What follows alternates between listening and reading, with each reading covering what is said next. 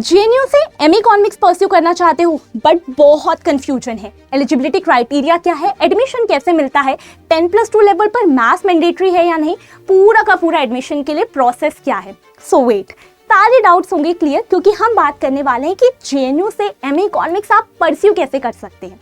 सबसे पहली चीज, सीयूटी पीजी एग्जाम में आपको अपीयर होना होगा क्योंकि इसी के स्कोर के बेसिस पर जेएनयू में आप एडमिशन के लिए एलिजिबल होते हैं। अब इकोनॉमिक्स के लिए आप पेपर देंगे, 300 मार्क्स में से आपका जो भी स्कोर बनेगा उस स्कोर के बेसिस पर अगर आप जेएनयू की कट ऑफ क्लियर करते हैं then you become eligible for the admission. But बात यही खत्म नहीं हो जाती क्योंकि पॉइंट नंबर 2 भी इक्वली मैटर करता है, दैट इज कि जेएनयू से अगर आप एमए इकोनॉमिक्स परस्यू करना चाहते हैं so you have 2 options. You have school of international studies और आपके पास है स्कूल ऑफ सोशल साइंसेज। अगर आप स्कूल ऑफ इंटरनेशनल स्टडीज में एडमिशन लेते हैं तो वहां पर आप एमए इकोनॉमिक्स परस्यू करेंगे with specialization in world economy.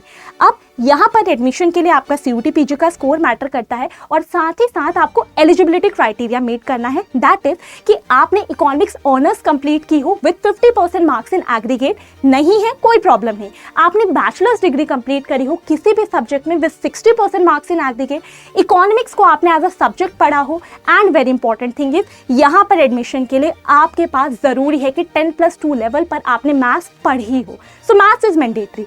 वहीं दूसरी तरफ है आपके पास स्कूल ऑफ सोशल साइंसेज का ऑप्शन, जहां पर आप अगर अपनी एमए इकोनॉमिक्स परस्यू करते हैं तो वो विद स्पेशलाइजेशन नहीं है, that is a general MA economics.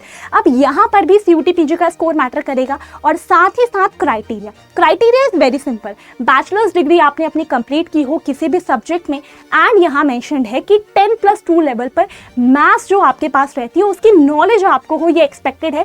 कहीं पर भी ये मेंशन्ड नहीं है कि आपने मैथ्स पढ़ी हो, ये मैंडेटरी है। सो यहाँ पर काफ़ी सारे स्टूडेंट्स को एडवांटेज मिल जाता है। सो आई होप आपको एलिजिबिलिटी क्राइटेरिया और पूरा प्रोसेस एकदम क्लियर हो चुका होगा। तो अगर आप यहाँ पर किसी भी कैटेगरी में फिट बैठते हैं, एलिजिबिलिटी क्राइटेरिया मीट करते हैं, तो बस फिर आपका पूरा फोकस होना चाहिए आपके सीयूटी पीजी में एक अच्छा स्कोर लाने पर।